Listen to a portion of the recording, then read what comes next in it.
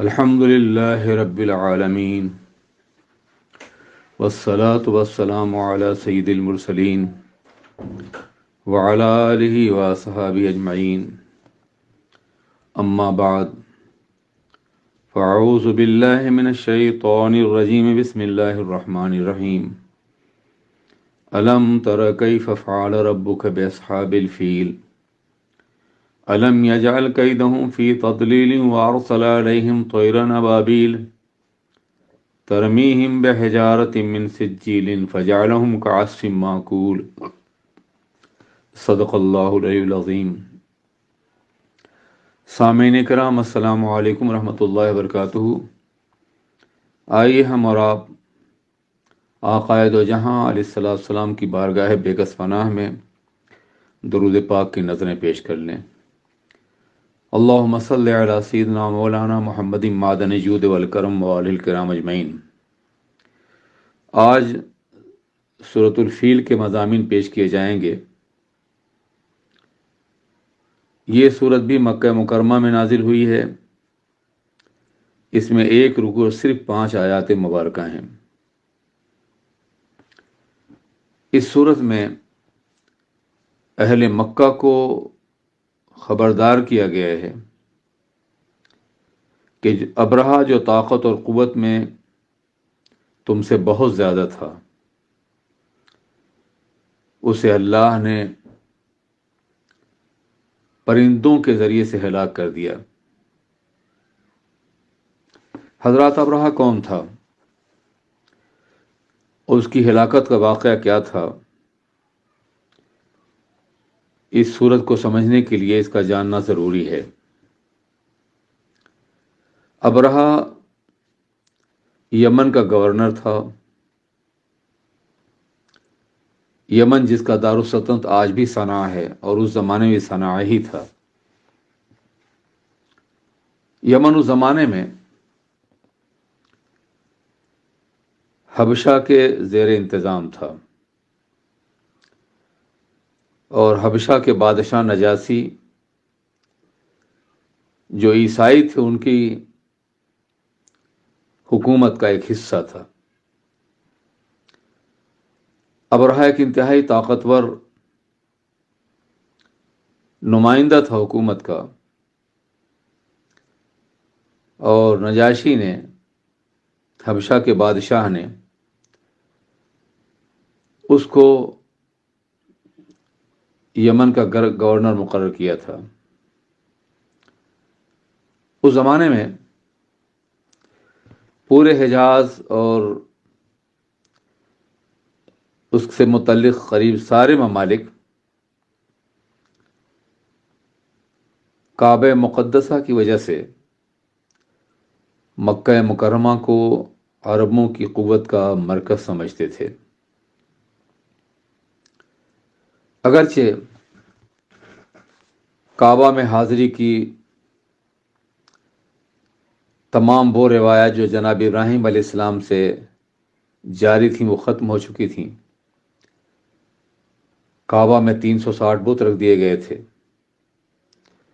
اور بتوں کی پرستش ہوتی تھی، مگر جناب ابراہیم علیہ السلام کی تعمیر کے تعلق سے اور دنیا بھر کے لوگوں کے مرکز عقیدت ہونے کی وجہ سے اہل مکہ کو ایک خاص اہمیت حاصل تھی جو اہل یمن کو حاصل نہیں تھی۔ ابرہہ چونکہ عیسائی تھا، اس کو یہ بات بڑی ہی شاک گزرتی تھی اور ناگوار محسوس ہوتی تھی کہ یمن جو انتہائی خوشحال ملک ہے اور پورے جزیرۃ العرب کے لیے تجارت کا مرکز بھی ہے، سمندروں کے کنارے ہونے کی وجہ سے بے شمار ملکوں کے آنے جانے کا ذریعہ بھی ہے، لیکن اس کے مقابلے میں کعبہ کو، مکہ کو اہمیت کیوں دی جا رہی ہے؟ اس نے یہ سوچا کہ ہم صنعاء میں ایک گرجا تعمیر کریں گے اور لوگوں کو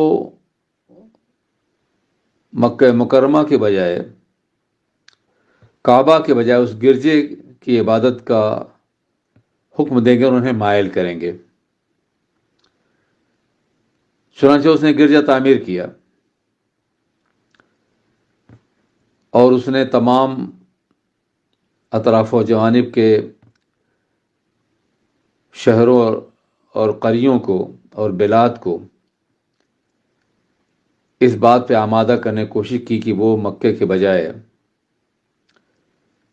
صنعاء میں اسی گرجے کی میں عبادت کے لیے آئیں۔ اس کا خیال تھا کہ اس طرح سے کعبہ کی مرکزیت ختم ہو جائے گی اور مکے کے بجائے صنعاء تجارت کا مرکز بن جائے گا۔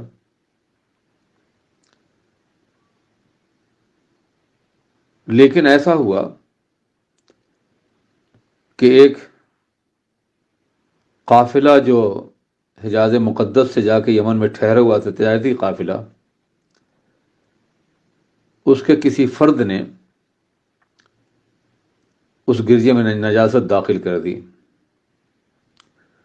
پہلے بھی وہ کعبہ مقدسہ کو ڈھانے کا فیصلہ کرتا رہا تاکہ جب کعبہ نہیں ہوگا تو لوگ مجبوراً یہاں آئیں گے، لیکن اس واقعے نے اس کو مزید مشتعل کیا اور اس نے ایک بڑی فوج تیار کی۔ اس فوج میں اس نے ہاتھیوں کو شامل کیا، گرانڈیل ہاتھیوں کو۔ خود جس پہ ابرہہ سوار تھا اس ہاتھی کا نام محمود تھا۔ ہاتھیوں کی فوج کو لے کر کے وہ مکہ مکرمہ کی طرف بڑھا۔ یہ یاد رکھیے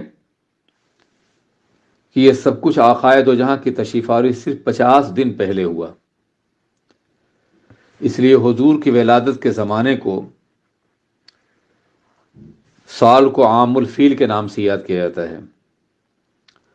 اس زمانے بھی اور اب بھی کسی تاریخ کو یاد رکھنے کے لیے کسی بڑے واقعے کو بنیاد بنایا جاتا ہے، جیسے جناب عیسیٰ کی ولادت کے واقعے کو عیسوی تاریخ کے لیے، اگرچہ وہ صحیح نہیں ہے مگر روایت یہی ہے۔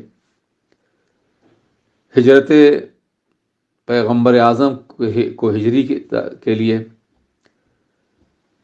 اسی طریقے سے حضور کی تشریف آوری سے پہلے اس واقعے کو باضابطہ تاریخ کا حصہ بنایا گیا اور اس سال کو عام الفیل کا نام دیا گیا۔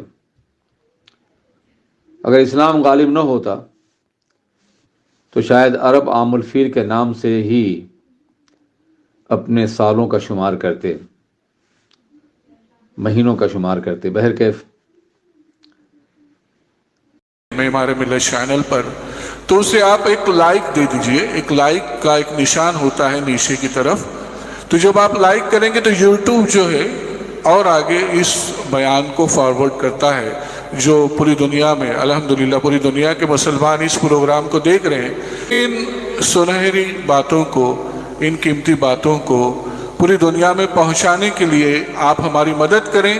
آپ لائک ضرور کریں اور کمنٹ کریں گے تو اور بھی زیادہ بہتر بات ہوگی، تاکہ دنیا کے اور بھی دوسرے ہمارے جو اسلامی بھائی مسلمان ہیں ان تک یہ پروگرام پہنچے۔ تو صرف کچھ نہیں تو کم سے کم آپ ایک لائک